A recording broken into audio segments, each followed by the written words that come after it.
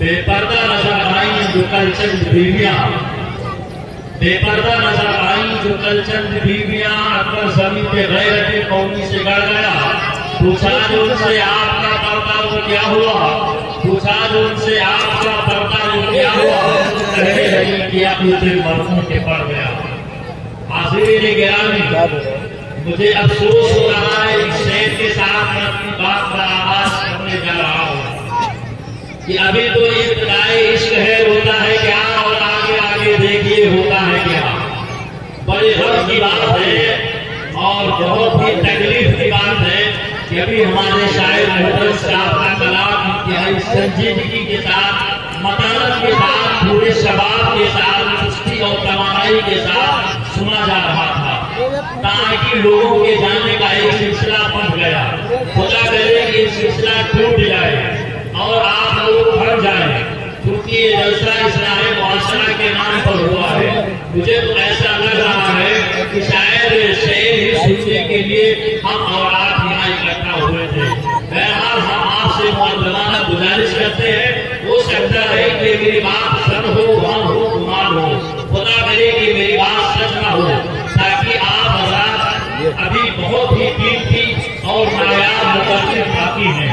जैसा कि हज़रत मौलाना बशीर अहमद साहब कासमी दामद बरकातुहुल आलिया और मदरसा फुरकानिया के मायरान उस्ताद मौलाना मुफ्ती मोहम्मद इब्राहिम साहब कासमी और दीगर हज़रात मौजूद हैं। मैं आपके सामने दिखने लगा हूँ जो मजमे को जोड़ने के लिए यहाँ बैठा हूँ, लेकिन मैं अपने अफसोस और तकलीफ का इजहार करके बरमला आपके सामने कर दिया। मैंने आपके सामने आयत करीमा तिलावत की है। इस आयत में अल्लाह रब्बुल इज्जत ने एक पैगाम दिया है, अल्लाह रब्बुल इज्जत ने एक हुक्म दिया है। जो आजकल बढ़ती हुई एक नस्ल है, जो आजकल फैली हुई एक बददुनियानी है, जो आजकल चलने वाले माशरे के अंदर एक जिंदगी है जिससे पूरा समाज काफी से लबरेज हो गया, बदबू से पूरा समाज एक दूसरे से लथपथ हो गया। वो है समाज के अंदर बेहयाई, वो है समाज के अंदर बेपर्दगी, वो है समाज के अंदर उर्रियानियत, वो है समाज के अंदर फहाशी, वो है समाज के अंदर अपने जिस्मों का नुमाया करना, वो है समाज के अंदर बेमहाबा बेपर्दगी को अपने आप को जाहिर करना, जिससे समाज पूरे तरीके से ताफरूक के अंदर लबरेज हो चुका है। हाज़िरीन गिरामी, ये आयत करीमा 1450 साल पहले नाज़िल हुई, जिसका ताल्लुक आयत हिजाब से है, आयत पर्दा से है। इस पर्दे के फर्जियत के बारे में मुफस्सिरीन की मुख्तलिफ आरा है। एक रिवायत के मुताबिक ये है कि सन 2 हिजरी में, एक रिवायत के मुताबिक सन 4 हिजरी में, लेकिन राजिह जो मुताबिक कौल है वो सन 5 हिजरी में है कि आयत पर्दा नाजिल हुआ। मैं आपको बताता हूँ कि आयत करीमा 7 नाजिल हुई है, जिनमें अल्लाह रब्बुल इज्जत ने पर्दे का हुक्म दिया है और अल्लाह के हबीब जनाब नबी करीम सल्लल्लाहु अलैहि वसल्लम ने 70 मरतबा ये हुक्म दिया है, पर्दे का हुक्म दिया। अगर आयत करीमा को मिला लिया जाए और अहादीस मुबारका को मिला लिया जाए तो दोनों को जब्त करने के बाद ये बात वाज़ेह हो जाती है कि 77 मरतबा ये पैगाम हुआ, ये हुक्म दिया गया, ये उम्मत के माँ और बहनों तुम पर्दा को इख्तियार करो, पर्दा तुम्हारे ऊपर लाजिम है। लेकिन आज हम है कि बेपर्दगी के शिकार हो गए। अकबर इलाहाबादी का ये शेर है कि बेपर्दा नजर आई जो कल चंद बीवियां, अकबर जमीन पे गैरत कौमी से गड़ गया, पूछा उनसे आपका पर्दा वो क्या हुआ, कहने लगी लिया उनके मर्दों के पड़ गया। हाज़िरीन गिरामी, बहुत अफसोस के साथ ये कहना पड़ता है कि आज हमारे घरों के अंदर बेपर्दगी फैल चुकी है। आज हमारे निगाहों के सामने हमारे माओ और बहनों के अंदर बेपर्दगियां फैल रही हैं, लेकिन आज हम हैं कि आज हम कुछ भी नहीं कहते हैं, उनको डांटते भी नहीं है, उनको मना भी नहीं करते। जबकि फुक़हा ने लिखा है, ये बात सराहत के साथ लिखी गई है कि आप अपने बीवियों के हाकिम हैं, आप अपने लड़कियों के हाकिम हैं, आप अपने साहबजादियों के हाकिम हैं। आप इस बात के ऊपर लाजिम है, ये आपके ऊपर वाजिब है कि आप अपने मातहतों को हुक्म दें और उनको डराए अल्लाह के खौफ से, और उनके सामने नबी का तज़किरा करें और उनके सामने हदीस का जिक्र करें और उनके सामने आयत करीमा पढ़ें जो अल्लाह रब्बुल इज्जत ने इरशाद फरमाया कि वक़रना फी बुयूतिकुन्ना वला तबररजना तबर्रुजल जाहिलिय्यतिल ऊला। ये मेरी माँ और बहनों, जरा तुम अपने घरों के अंदर ठहरो, अपने घरों के अंदर मुक़य्यद रहो, अपने घरों की चारदीवारी में बैठे रहो और ज़माने जाहिलियत के तरीके से सर ढक करके बाहर ना निकलो। ये ऐसा अगर करोगे तो तुम कुरान के खिलाफ वर्जी करोगे। वो कहानी लिखा है कि अगर तुम्हारे इस कहने पर तुम्हारे माँ बहनों के ऊपर कोई असर न पड़े तो तुम उनके ऊपर सख्ती से काम दे सकते हो, यानी तुम उनको ढांढ दबा सकते हो, तुम उनको इस तरीके से मजबूर कर सकते हो कि अल्लाह का पैगाम है। लेकिन आज रिवाज हमारे ऊपर आ गया, आज हमने कुरान की तालीमात को कसे पुष्प डाल दिया, आज हमने कुरान की तालीमात को ठुकरा दिया, आज हमने ज़माने की रिवाज को अपना लिया, मुआशरे को हमने बदबूदार कर दिया। एक शायर ने क्या खूब कहा कि रिवाजे बेहिजाबी खुशबूदार कानून की माला है, रिवाजे बेहिजाबी खुशबूदार कानून की माला है, नए तहजीब के होशियार ये तारीख उजाला है। आज मेरे माँ और बहनों ने जो इज्जतदार थी, जिनकी इज्जत को मैं सलाम करता हूँ, आज उन्होंने अपने ऊपर कुरानी तालीमात को लागू न करके उन गंदे ख्यालात को अपने ऊपर यकजा कर दिया, अपने ऊपर मुसलसल कर दिया कि जो ख्यालात अल्लाह को नापसंद है, जो रसूल को नापसंद है, जो सहाबियात को नापसंद है, जो कुरान की आयत से मुतसादिक है, जो कुरान की आयत से टकराव रखते हैं, जो अहादीस से मुकाबला करती है, आज उन तमाम चीजों को हमने छोड़ दिया। आज हम ये समझते हैं कि ये पर्दा कोई नई चीज है, ये मर्द और ज़न का इख्तिलाफ किसी भी जमाने में सही नहीं रहा। मर्द और ज़न का बाहर मिलना और बड़े किसी जरूरत के सलाम और कलाम करना, जिस्म का नुमाइश करना, ये किसी भी जमाने के अंदर जायज नहीं रहा। चुनांचे मैं आपको बताता हूँ, सैयदा आदम अलैहिस्सलाम की तस्लीम से, सैयदा आदम अलैहिस्सलाम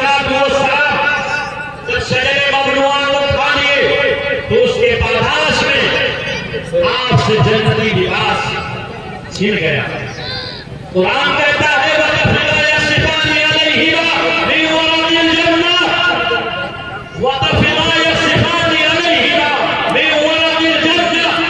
और वो दोनों लगे अपने ऊपर जन्नती दरख्तों के पत्तों को अपने ऊपर ढांपने। इससे क्या पता चला कि जिस्म को खोलना ये मायूब है, जिस्म का खोलना ये जायज नहीं है, जिस्म का खोलना ये हराम है। किसी भी जमाने में ये चीज सही नहीं रहा। चुनाचे हज़रत दाऊद अलैहिस्सलाम की ये नसीहत है कि ऐ मेरे बेटे, शेर के पीछे चल लेना, सांप के पीछे चल लेना, मगर अजनबी औरतों के पीछे न चलना। कितनी सख्त वईद है, कितनी मुश्किल नसीहत है कि सांप के पीछे चलना जो तुम्हारी जान ले सकता है, तुमको डर सकता है, ये तुम्हारी जिंदगी खत्म हो सकती है। शेर के पीछे चल लेना, ये शेर तुम्हारा दुश्मन है, तुम पर हमला कर सकता है, तुमको अपना निवाला बना सकता है, तुमको अपना खुराक बना सकता है। मगर हज़रत दाऊद को ये चीज गवारा थी कि अपनी जिंदगी तुम उनके हवाले कर दो, मगर अजनबी और उनके पीछे न चलना। क्यों? इसलिए कि अगर तुम ऐसा करोगे तो ये दुनिया भी तबाह होगी और आखिरत भी तबाह होगी। कौन सा ऐसा मुसलमान बनता या बनती है जो ये चाहती है कि मेरी आखिरत भी तबाह हो और मेरा दुनिया भी तबाह हो? अगर वो सच्चा और पक्का मुसलमान होगा तो हर इस चीज को गवारा नहीं करेगा। हज़रत ईसा अलैहिस्सलाम ने कहा कि बदनज़री एक मुहलिक बीमारी है, एक जानलेवा बीमारी है, लिहाजा बदनज़री से बचना चाहिए। क्या हाल है मर्द?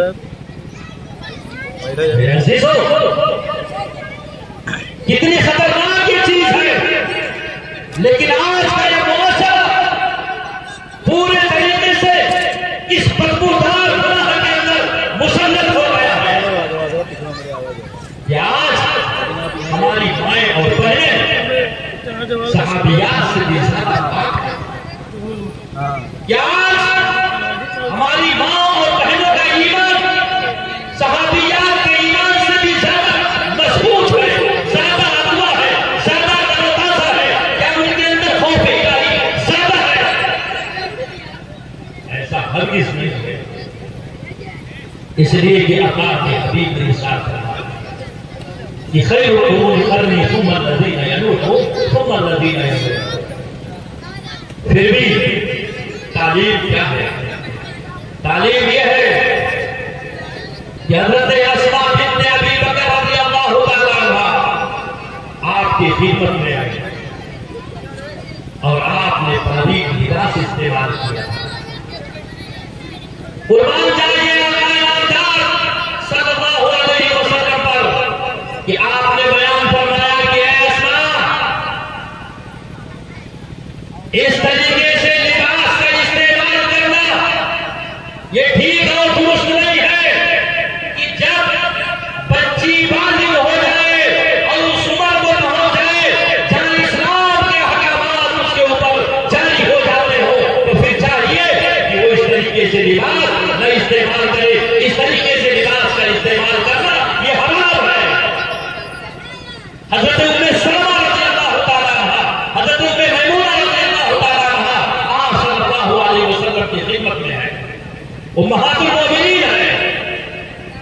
इसी दौरान एक नबीना सहाबी हज़रत अब्दुल्लाह इब्न उम्मे मक्तूम रज़ियल्लाहु तआला अन्हु तशरीफ लाते हैं। आप सल्लल्लाहु अलैहि वसल्लम ये हुक्म देते हैं कि इनसे पर्दा करो, क्योंकि वो नबीना सहाबी थे और आप चले आए तो आपने क्या हुक्म दिया कि इनसे पर्दा करो। हज़रत उम्मे मैमूना रज़ियल्लाहु तआला अन्हा ने कहा, कहना कि नबी वो तो अंधे हैं, देखते नहीं। जवाब सुनिए अल्लाह के नबी अलैहिस्सलातु वस्सलाम का। कहा है उम्मे मैमूना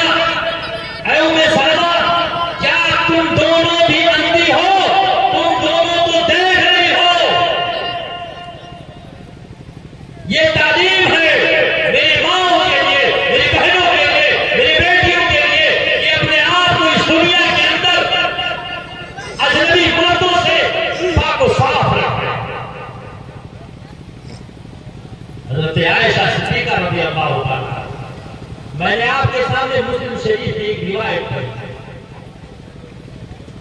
कि जरूरतों की बुनियाद पर वो अपने घरों से बाहर निकल सकती है। जरूरत क्या है, जैसे हज है, उम्रा है, या दवा इलाज है, या और कोई दुनियावी जरूरत है। तो सफर हज के अंदर हजरत आयशा सिद्दीका रज़ियल्लाहु ताला अन्हा भी आप बयान फरमाती हैं कि जब काफिला मेरे सामने आता था तो मैं पर्दा कर लेती थी, और जब काफिला मेरे आंखों से ओझल हो जाता था तो मैं पर्दे को उठा लिया करती थी। ये तालीम है आज के मेरे माओ और बहनों के लिए कि जब उम्महातुल मोमिनीन जो उम्मत की मां है आपका ये आलम है, तो हमारा और आपका क्या आलम होना चाहिए। लेकिन अफसोस है कि आज हमने इन तमाम चीजों को तहोबाला किया। एक सहाबिया है कि जब पर्दे का हुक्म मालूम हुआ वो आप चल रही थी और सड़क के किनारे आपको पता चला कि आयत पर्दा नाज़िल हो गई है, अब पर्दा करना लाजिम और जरूरी हो गया। तो आप वहीं बैठ जाती है और घर से चादर लगवाती है और चादर के अंदर लिपट जाती है और लिपटने के बाद अपने मंजिल की तरफ रवा और दवा होती है। ये तालीम है हमारे और आपके। अंसारे मदीना की जो औरतें हैं, आयाते हिजाब के बाद ऐसा मालूम होता था कि उनके सरों के ऊपर काले कपड़े बैठे हैं। इतना जबरदस्त पर्दे का इंतजाम करती थी। ये रावी कहते हैं कि ऐसा मालूम होता था कि सरों के ऊपर काले कौवे बैठे हुए। आज बेपर्दगियां आम हो गई, आज ज़िना की कसरत हो गई। अल्लाह के हबीब अलैहिस्सलातु वस्सलाम ने इरशाद फरमाया कि जब मेरी उम्मत में ज़िना आम हो जाएगा, रेशम के कपड़े पहनने आम हो जाएंगे, शराब नोशी आम हो जाएगी, तो याद रखना कि उनके ऊपर तरह तरह की मुसीबतें आएंगी। यहां तक कि सूरतें मश्क कर दी जाएंगी, सूरतें तब्दील कर दी जाएंगी और रिद नई बीमारियां उनको घेर देंगी। आज मैं अपने बैठे हुए मुअज़्ज़ज़ सामईन से मैं अर्ज करना चाहता हूं, ये चीज काफी नहीं है कि हमने अपने शरीयत के सांचे में ढाल लिया, मगर अपने घर के अंदर अपनी माओ और बहनों को तालीम नहीं दी। इसका भी हिसाब होगा। कुरान ने कहा या अय्युहल्लज़ीना आमनू क़ू अनफुसकुम व अहलीकुम नारा वक़ूदुहा अन्नास वल हिजारा। ये लोगों, बचाओ तुम अपने आप को और अपने अहले वयाल को जहन्नम की दहकती हुई आग से, जिसके ईंधन लोग और पत्थर। आज हमारे ही सामने हमारे घर के अंदर बारीक लिबास इस्तेमाल किए जाते हैं, सुस्त लिबास इस्तेमाल किए जाते हैं, लेकिन हमारे ऊपर कुछ भी असर नहीं होता, कुछ भी फर्क नहीं पड़ता। कल क़यामत के अंदर अगर इस बारे में हिसाब किताब हो जाए और अल्लाह रब्बुल इज्जत हमसे सवाल कर ले कि ऐ बंद, हमने तुमको क्या बनाया था, हमने तुमको हाकिम बनाया था, तुमको महकूम नहीं बनाया था। कुरान करीम की आयत करीमा या रिजालु कव्वामूना अला निसा। तो उस वक्त क्या जवाब होगा? फिर उस वक्त कुछ नहीं हो सकता। इसलिए ये इस्लाह मुआशरा का जलसा। इस्लाह कहां से शुरू होती है? इस्लाह इस मजमे से नहीं हो सकती, इस्लाह तकरीरों से नहीं हो सकती, इस्लाह तहरीरों से नहीं हो सकती, इस्लाह लेटरेचरों से नहीं हो सकती। फिर इस्लाह कहां से होगी?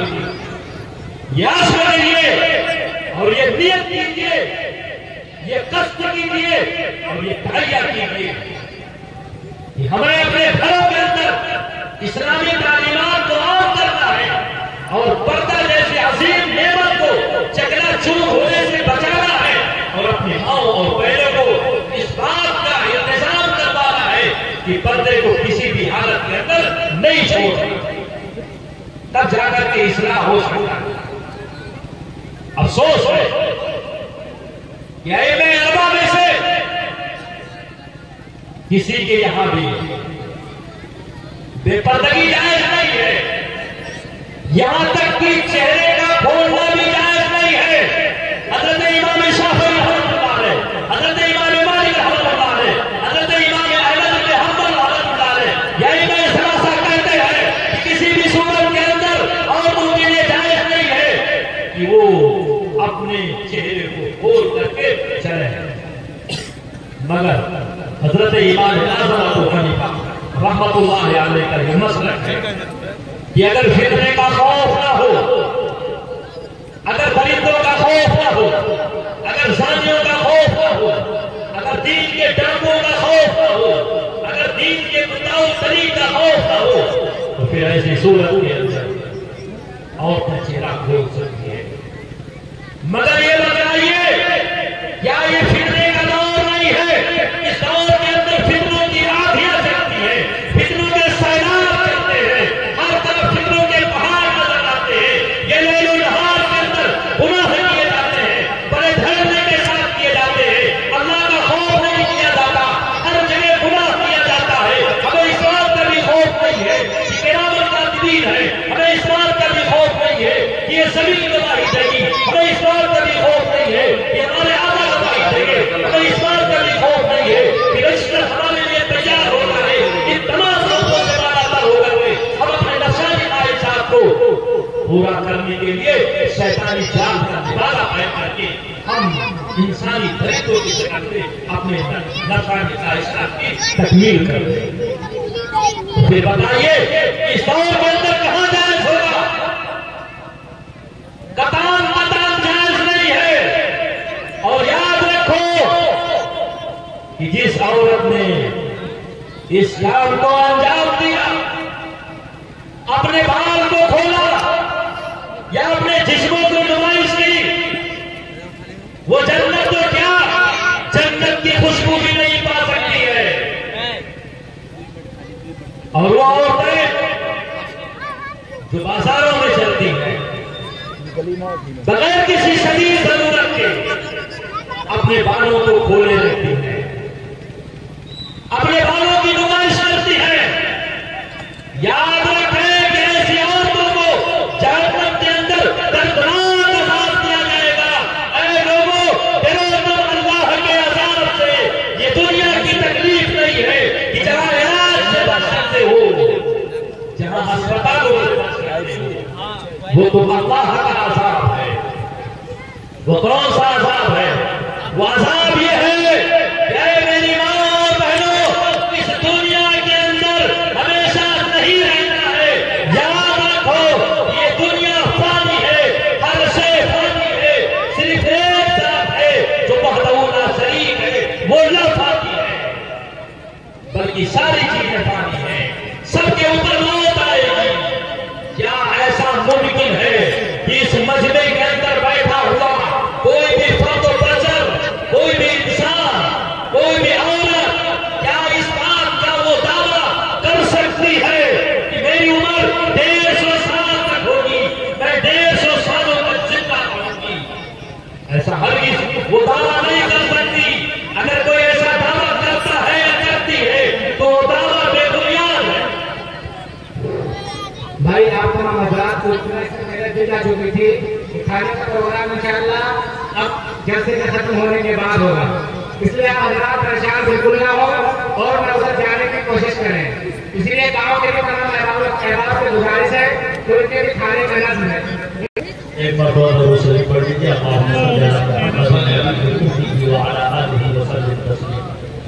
हाज़रीन गिरामी में ये कह रहा था कि इस मजमे के अंदर कोई भी फर्द बशर, कोई भी इंसान, कोई भी मर्द ख़वातीन, कोई भी बच्चा या बच्ची इस बात का दावा नहीं कर सकती है कि मेरी उम्र 150 साल होगी। अगर ऐसा कोई दावा करता है तो आयत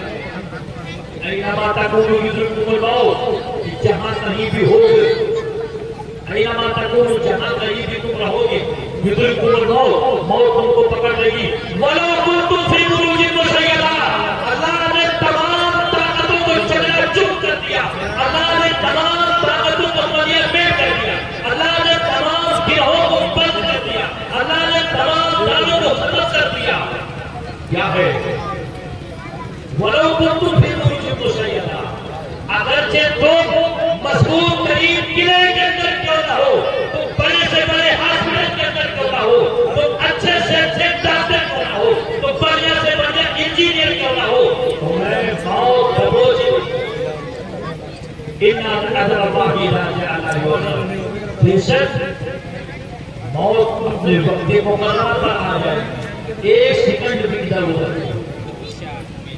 फिर जब मौत को पाना है तो बेहयाई कैसे करना है, जब मौत को पाना है तो जुल्म ज्यादती कैसे करना है, जब मौत को पाना है तो हुरियानियत कैसे करना है। याद रखो मेरी माओ और बहनों, अगर तुमने दुनिया के अंदर अपने भाग को धो करके चला तो याद रखो इन्हीं चोटियों के बल जहन्नम में लटका दी जाओगी। क्या कितनी शदीद तकलीफ होगी इंसान को जहन्नम के अंदर चोटियों के बल लटका दिया जाएगा। दुनिया के अंदर अपने भाव की नुमाइश करने वाली, दुनिया के अंदर अपने हुस्न को दिखाने वाली, दुनिया के अंदर अल्लाह की बनाई हुई चीज को इतना करने वाली और दावतें पूरा देने वाली, दावतें सजा देने वाली, और ये को फैलाने वाली, अल्लाह के फरमान को तोड़ने वाली और का साथ देने वाली। जब तुमने मेरे हुक्म को नहीं करना है और इनकार किया है तो आज तू अपने इनकार की सजा को भुगतेगी, चुनाचों से लटका दिया जाएगा। इसलिए मेरी माओ और बहनों, इस बेहाई को न बताओ और इसे छोड़ो और अपने आप को साबित कर दो कि मेरा रिश्ता सहाबियात से है, मेरा रिश्ता अल्लाह के नबी अलैहिस्सलाम से। सारी चीजें हो सकती हैं मगर ये नहीं हो सकता। मैंने आपके सामने सुनने अबू दाऊद की एक रिवायत पढ़ी कि अल्लाह के नबी अलैहिस्सलाम ने इरशाद फरमाया, हज़रत अबू मूसा अशअरी रज़ियल्लाहु तआला उसके नामी है रिवायत करते हैं कि अल्लाह के नबी अलैहिस्सलाम ने बयान फरमाया कि जब कोई औरत ऐसा खुशबू लगा करके बाहर निकले किसी कौम के पास, इदस्ता कि जब किसी औरत ने खुशबू लगाया फिर वो निकली कौम के पास, लोगों के पास, ताकि वो उसके खुशबू को सुनाए, उसके खुशबू को सुनाए। आगे हदीस के अंदर अल्लाह के नबी अलैहिस्सलाम ने कहा कि वो औरत ऐसी और ऐसी है। इस रिवायत को इमाम नबवी ने इसकी तासीर किया है और दीगर शुरा ने कहा ये हदीस नहीं है, पर यह ये औरत ऐसी है यानी वो औरत ज़िनाकार है, सही नहीं है। शदीदा और सख्त नहीं।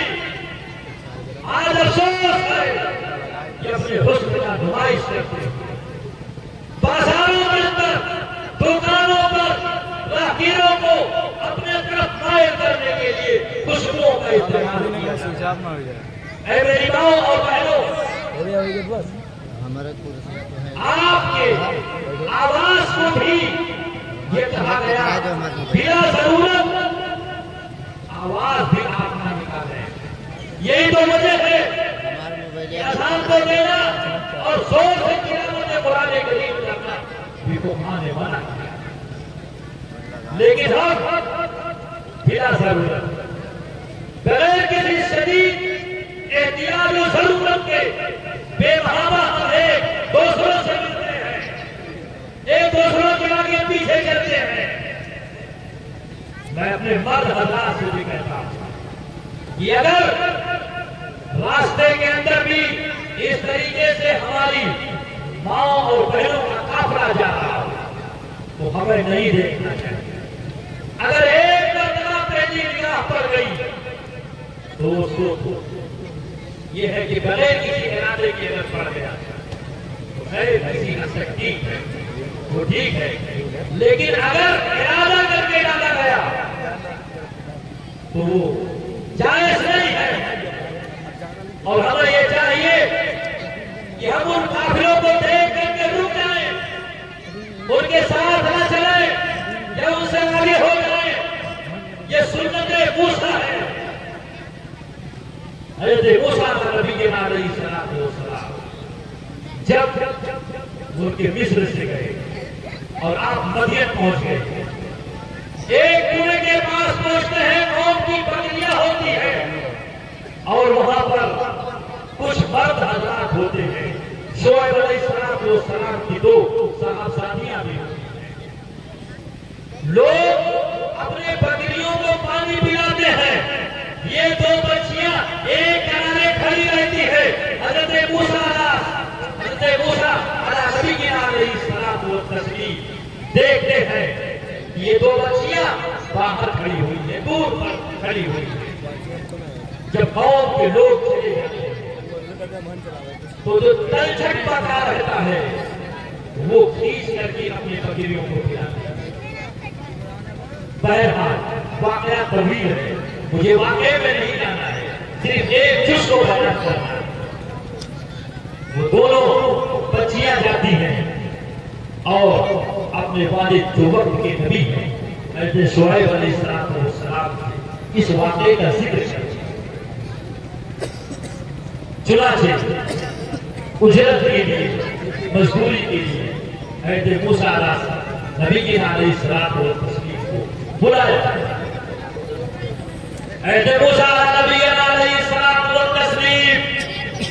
उन दोनों बच्चियों से कहते हैं कि मुझे आपके घर का रास्ता नहीं मालूम है, इसलिए तुम मेरे पीछे हो लो, मैं तुम्हारे आगे चलता हूं। इसके अंदर पर्दा है, इसके अंदर हिजाब है, इसके अंदर गर्दा है। चुनांचे हज़रत मूसा नबी अलैहिस्सलाम आगे चलते हैं और ये दोनों बच्चियां हज़रत शोएब अलैहिस्सलाम की दोनों साहबजादियां पीछे चलती हैं। इस तरीके से आप रास्ता आगे चलते हैं। ये हमारे और आपके लिए एक सबक है, ये हमारे और आपके लिए जन्नत में जाने का एक बेहतरीन तरीका है, एक बेहतरीन रास्ता है। लेकिन आज हम और आप उसे अपनाने से बात वक्त मेरा हो रहा है, कुछ गुफ्तगू करेंगे। एक रिवायत हज़रत उसामा बिन ज़ैद रज़ियल्लाहु अन्हु